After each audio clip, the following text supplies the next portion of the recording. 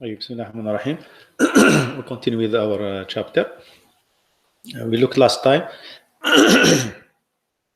at some security challenges and let's say attacks that can be done, okay, at any CPS environment, okay. And we said that we can find many attacks or attack pathways, okay, in different part of a CPS environment. And we looked at the way what we do have. For instance, we do have a CPS communicating with another CPS, communicating to the cloud, okay. And we said that even if you can sometimes you can, for instance, protect one part of your CPS environment, you might skip another part, you might forget another part, or you might not doing or securing the other part in a proper manner, okay. And whatever the defense you will choose to protect one part of your CPS environment, you have to do it on all the aspect of the environment. This is the problem with the CPS. As we mentioned, it is there are many attack pathways, there are many attacks vectors at the different stages, at different location, and the different types, and you have to look at it from a different perspective in order just to secure a CPS environment. We looked at the internet, how someone can spoof the cloud, for instance. You can find the problem with the communication between CPS and the internet. Someone who will exploit weak protocols, who will sit as man in the middle, put in a fake access point, okay. You might someone who will provide you with a fake environmental input, fake data. Someone will play with the trust that is between, that does exist between two different CPS or between the CPS devices, and those people will use that trust to exploit it and pretend to be the other side and send you fake data, for instance. Someone who will use your social engineering techniques to get some vital information, some credential, in order just to get or log in inside the CPS devices and so on. Okay, there are, as we mentioned, within the CPS, there are many types of ways to attack any organization that is using CPS. And if you remember what we said about specifically for that critical infrastructure, we said that you need to provide the availability. The availability is the main thing in specifically for the critical infrastructure. In terms of the challenges also that is faced in CPS, okay, is how to, it's like to do the balance and keep using the new technology that is used, specifically in using the cloud, for instance, in order just to connect the different types of devices, okay. And at the same time here, you deal with the different types of attack. This is the main challenge in CPS, because if you remember when we defined the CPS, we said it is a complex system. It is system of systems, okay. Here you cannot have, let's say, uniform devices. You might have different types of devices that are part of your CPS environment, and each CPS device has its own risk, has its own weakness that can be exploited. And the main challenge for you is how to deal with such different types of devices with their different types of weaknesses, in order just to secure the whole CPS environment. And you will add to that specifically if you are using the cloud. If you are storing your data in the cloud, there are another challenges that will face putting your data and storing your data in the cloud. Doctor, I think Doctor, can you open the slides? Yeah. Sorry? Can you It is open not the open, slides, Shabab? please? It is not open? لا, it's not open, doctor. Okay, sorry. Okay, now شباب. Okay. It's still not open, doctor.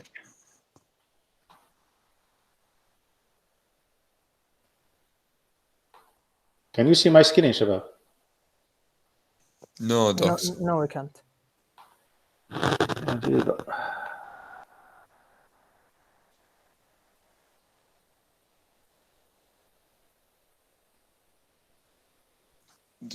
Try leaving and joining.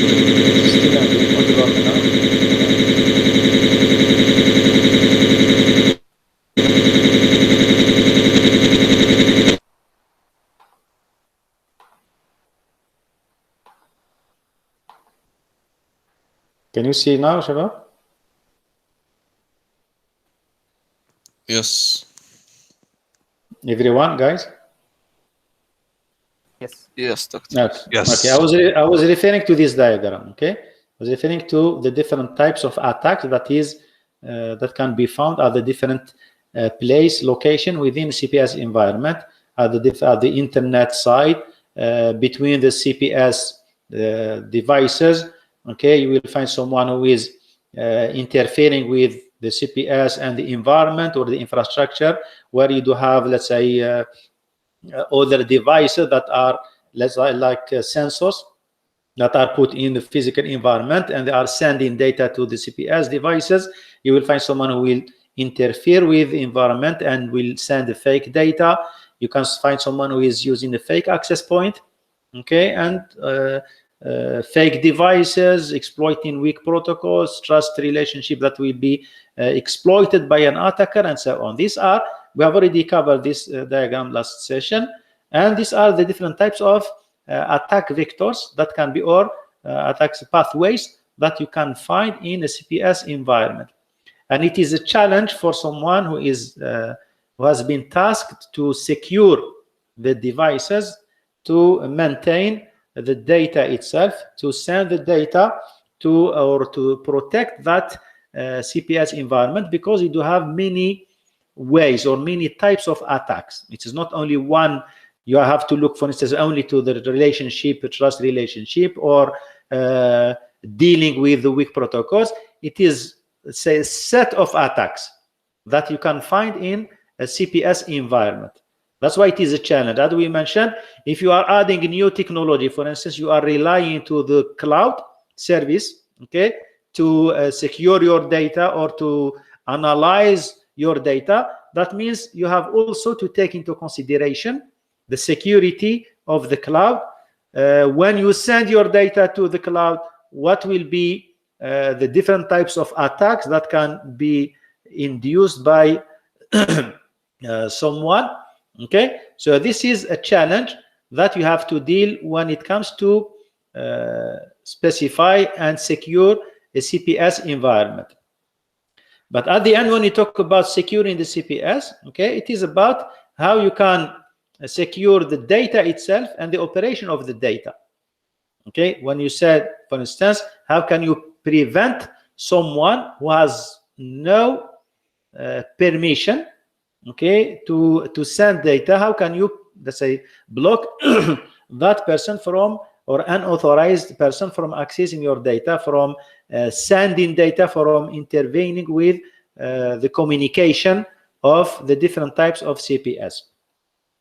And of course, as the basic properties for any security systems, okay, at its base, you have to provide confidentiality, integrity, availability, and authenticity.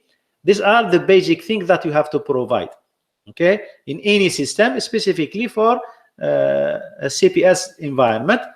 For instance, if you go to the confidentiality of the CPS, it is the way how you are preventing someone from disclosing the information, from gaining access to the information. Any unauthorized user should be prevented from gaining access to the data, okay? And this is one of, let's say, the objective that you need to provide when we talk about confidentiality within CPS devices. you have the integrity as well. Okay, in any system, how can you provide the way of preventing people from accessing the data and changing the data itself? Okay, from detaining, from updating the data, changing the data, as we mentioned here. One of the attack is you will find someone who will intervene with environmental input. You have your sensors here sensing an environment, then sending their reading, their data to the CPS. You will find someone in the middle who will catch that data and change the data and send it to that CPS. And that CPS, as we mentioned at the beginning of this chapter, it does have, let's say, the task for analyzing the data in order to take decision and send back their commands to the environment. And based on that fake data, the CPS will send wrong command. Okay, as we gave an example, instead of opening a valve, it will send close the valve, or vice versa, based on the wrong data that they have received from, let's say, someone or man in the middle attack who has intervened with the data and changed the data. That means it is very important also to look at the integrity of the data within a CPS environment. Specifically, we go back and we say specifically for those critical infrastructure, because any default or any wrong command might, let's say, induce a danger to the life of people and to the economy of the country and so on. These are, like we gave an example, power grid, smart grid, water, providing water to a city and so on, controlling a barrage. All those critical infrastructure should also be, let's say, protected against anyone who will intervene with the data and play with integrity of the data. We go to the availability as well, as we mentioned. Okay, we mentioned that specifically for that infrastructural critical infrastructures, we need to have our devices or CPS devices should be available all the time. Okay, because we need to provide some types of information. Okay, we are controlling some types of devices, and this CPS environment should be available all the time. Specifically, because as we mentioned for the CPS, you do have computing part and we do have a physical part, and that physical part is controlling some processes, some other devices. And that means because of that way, that CPS, if it is not available, it will affect the physical devices on, let's say, on some environment. Maybe you are controlling some processes. If you remember when we gave an example of having, let's say, a car manufacturers, where you do have, for instance, robots, and each robot is doing one part of, let's say, his part of, let's say, the process of making the car. Okay, the other process or the second robot will wait, or second machine will wait for the first machine to finish to send its output to the second machine. If that first machine is not available, that means the second machine will stop, will wait. Okay, we are let's say we are affecting the second machine by not providing the availability to the first machine, because it is not available, because it has been attacked. And this is what happens in a CPS. It is very important to keep, let's say, the availability of the devices. And now, when we talk about the availability of devices, it's not only related to an attack from an external person, for instance, or a hacker. It might be a normal failure, hardware failure, for instance. Okay, because as you know, all the physical devices have a lifetime. Maybe at that time it is time for that device to retire, or it has some failure because of, let's say, continuously being continuously running, because it is available all the time. It might have induced some failure, hardware failure, and you have to take that into consideration. you need to have some types of backup. For instance, you might have, for instance, sometimes when you do system upgrade, and in some organization or some environment, when the upgrade is done, okay, all the system should be down. Okay, you have to stop the production in order to do upgrade. Like for instance, you are working on your Windows machine and you want to do upgrade to your Windows, for instance, you have to stop any application. Sometimes it will ask you to exit any other applications. And imagine that the application that is running on your PC, it is an important application that should be available all the time. That means when you do upgrade, you might intervene with the correct running of that application, which is you have to take that into consideration. When you do system upgrade, you might, let's say, decrease the availability, or you might affect the availability of the system. That means you have to choose the correct time and to find the solution how you can do system upgrade without affecting the availability of the system.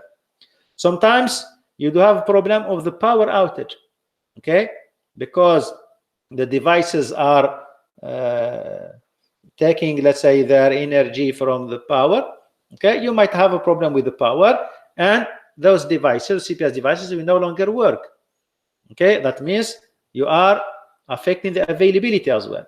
Or you might have an attack, let's say that kind of attack, which is denial of service, where you do have someone who will use a DOS attack against any CPS device. And for the DOS attack, that means you are affecting the device where you will no longer be able to provide some services to the users or to the community. We have another objective in CPS environment, which is the authenticity. Okay, the authenticity in which part here, Shabab? We are talking about the authenticity, or the authenticity is important. In which attack in this diagram that can be say affected, or we need to use authenticity just to defend against which type of attack in this diagram? Maybe the social engineering. No, social engineering. No, we're talking about authenticity. What is authenticity? Authentication. Yes, what is authentication? Steps to see if the person that's trying to access the system is actually the person who they're saying they are. Yes, good. So now, which one? What do you think? Which part? Which attack in this diagram is related to the authenticity, for instance? Maybe the spoof user interaction, or spoof user interaction. No, spoof user interaction, that means you have someone who is using an already ID, existing ID. That means he will take your ID and pretend to be that user. Okay, of course, if you do have, let's say, 2 factors of authentication, it might be right. But if you do have only, for instance, using, let's say, an ID, okay, or username or password, someone who steal, for instance, who managed to steal username and password of someone who is a genuine user, he might use this attack. I mean, which, let's say, part of this diagram is you can find the authenticity. It is based on the authenticity. If you manage to provide authenticity, one of these attack can be say countered. Usually when we talk about authenticity, it's between whom, Shabab? Between 2 end devices, for instance, or between 2 users, or between a user and a device. Okay, now if you can see here, we do have the trust relationship. We are talking about the trust relationship, and that trust relationship it is provided through authenticity. How can I make sure? How can this CPS can trust the other CPS? It is based on the authenticity. Okay, when I do authentication, when I receive something from this device, for instance, okay, I have to make sure that what I have received is authentic. It does come really from this CPS, not from someone who has exploited that relationship. For when you use, for instance, here we talk about environment, fake environmental input. Okay, now when I receive some input, I have to verify that the device I have received that from, let's say, the data I received from the device, it is really coming from that trusted device. Otherwise, I will not consider it because it will induce, let's say, wrong commands and so on.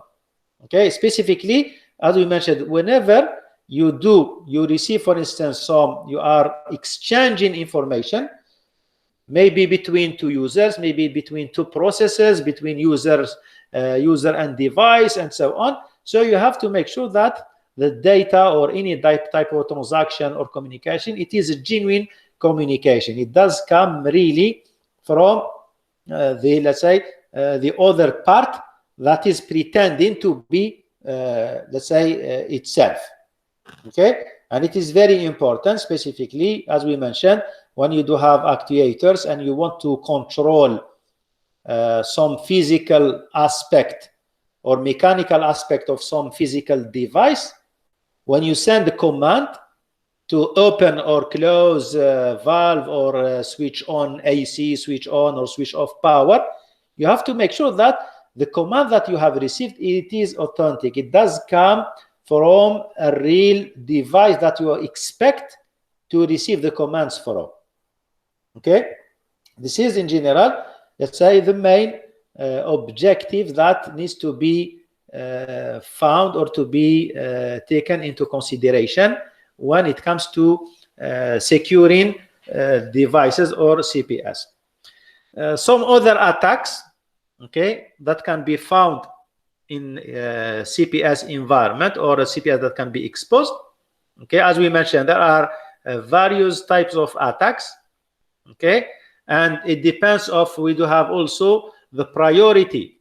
Okay, when we talk about securing, you do have different types of attacks, and which one has a priority to be dealt first, then it comes to the second one, and so on. So you need to understand the different types of attacks that might, let's say, any CPS be exposed to. Okay, and you do your prioritization based on the effect of that attack on the device, and so on. We have already spoken about, which is the eavesdropping. Okay, where you do have someone who is interrupting and the communication between the different types of devices. Here we talk about eavesdropping. That means we talk about without interfering in the working of the system. What does that mean, Shabab?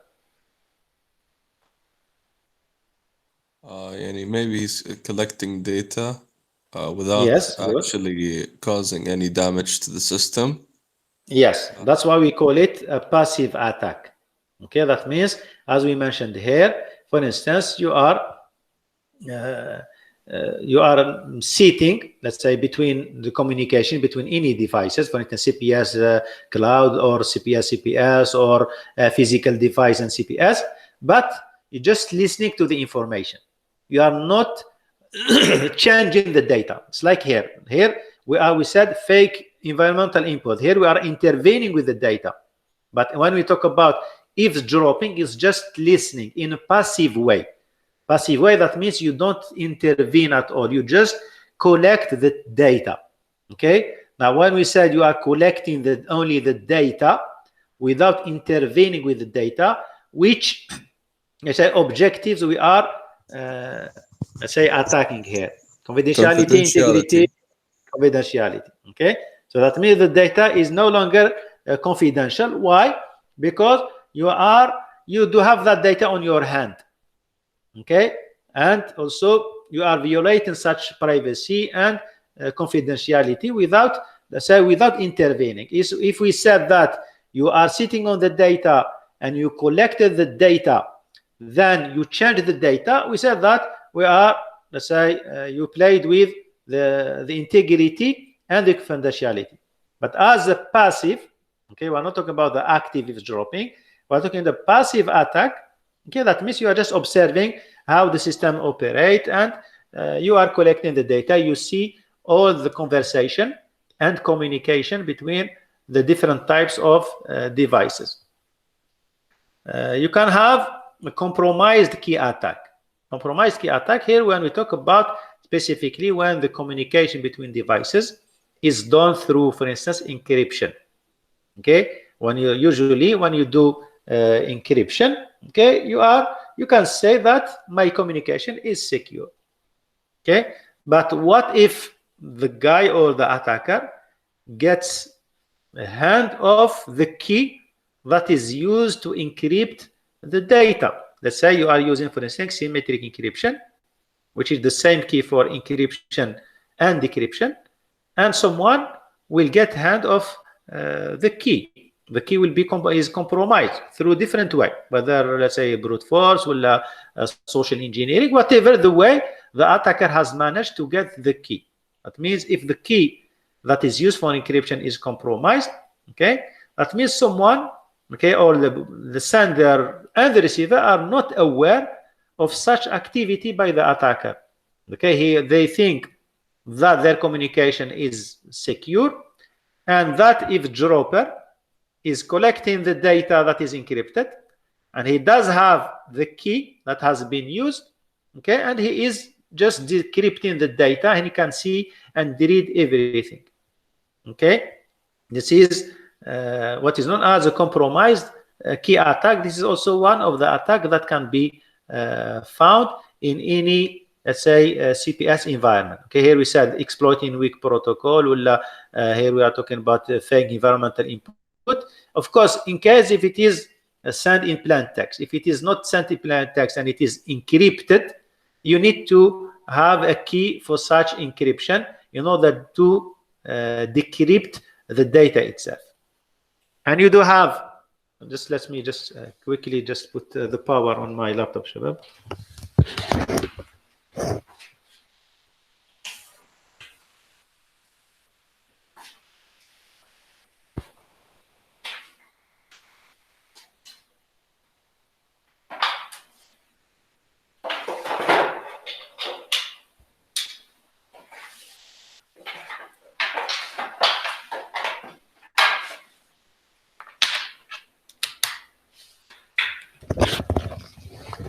Okay, the other type of attack is the man in the middle, which is of course here. What's the difference now between the man in the middle and the eavesdropper, guys? Eavesdropping attack and the man in the middle attack. Anyway, Shabab?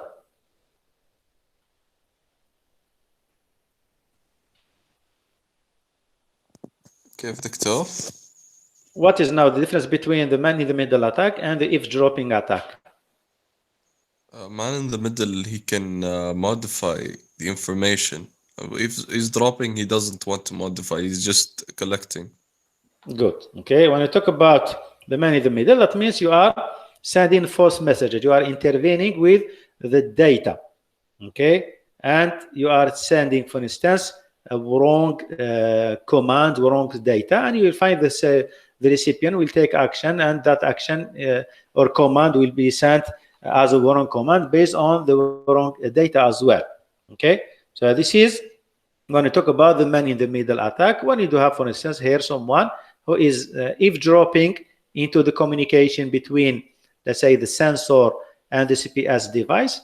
Okay, and someone who is sitting in the middle, the data will go through that guy, and that guy will change the data and send a fake input to the other end, for instance. Okay, this is when you talk about the man in the middle attack. And you do have, of course, the other attack, which is the denial of service. Okay, here we talk about where you will find someone who is attacking the devices, and the devices will no longer provide response, will provide services to the users who have requested such service, or to the program, or to the process. Okay, so that means the normal process is disrupted because you cannot even, let's say, access the devices. Okay, maybe the devices are slow, okay, in responding, or they are down. Okay, it depends on the denial or level of attack for the DOS. But at the end, the DOS will prevent the normal work or use of the system itself. Okay, and It can be, it might be bigger than that, specifically when we talk about instead of having one attacker attacking a CPS device, you can have a distributed denial of service. When you do have many attackers all together collaborating and cooperating and attacking the same device, okay, which will have a big negative impact on those systems. And here, as we mentioned, for the DOS attack, is affecting the availability of the system, because the system will no longer be available to provide services. Okay. Now, in terms of approaches to secure cyber physical system, okay, there are many approaches and there are many types of security practices that can be used in order just to use the security, to provide security to the CPS devices. Okay, and there are some control that can be used that are, let's say, some they are part of the CPS characteristic. Okay, let's look at this type of diagram or table. Okay, here we do have some types of implementation and what type of security principle this implementation is providing or contributing to, has an effect of this type of security principles. Okay, and you do find, for instance, the plus symbol means the mechanism enables the principle. When we do have 2 plus, that means this mechanism is a primary means for obtaining such security principle. When you do find a minus, that means this mechanism that has been used, okay, is harming that particular security principle. If we look, for instance, barriers, for instance, okay, barriers and deterrence. This is the implementation you have used, and this implementation or security implementation is contributing. It is the main means for deterring any attack. You can find here we do have 2 pluses, but at the same time it is affecting what? This type of implementation. It is affecting which principle, Shabab? Availability. Availability. You can see we do have a minus. That means when you do have the barriers, of course you are deterring, you are defending, you are preventing anyone from accessing CPS, but at the same time we are working, we are, let's say, having a negative impact on the availability. That means no one can access it. And barriers also, it does contribute, okay, to provide the confidentiality. It does contribute to provide the integrity. That means it is the main means for deterrence principle. It does contribute to the integrity and confidentiality. Okay, delay, neutralization. I want to talk about the delay. What is the delay here? Which delay? Anyone, Shabab? Abdulaziz, Faras, Muhammad? Yes, Doctor. What is meant by the delay here? What is the relation between this delay and the means, the implementation, the barriers?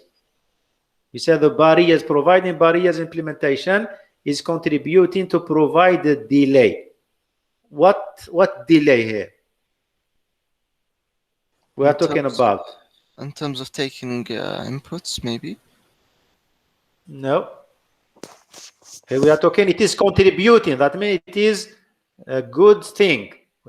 But we are, which delay we are talking? The barriers is providing a delay. It is contributing to delay. Delay what? Risk, maybe? Yes, delay the risk, delay an attack.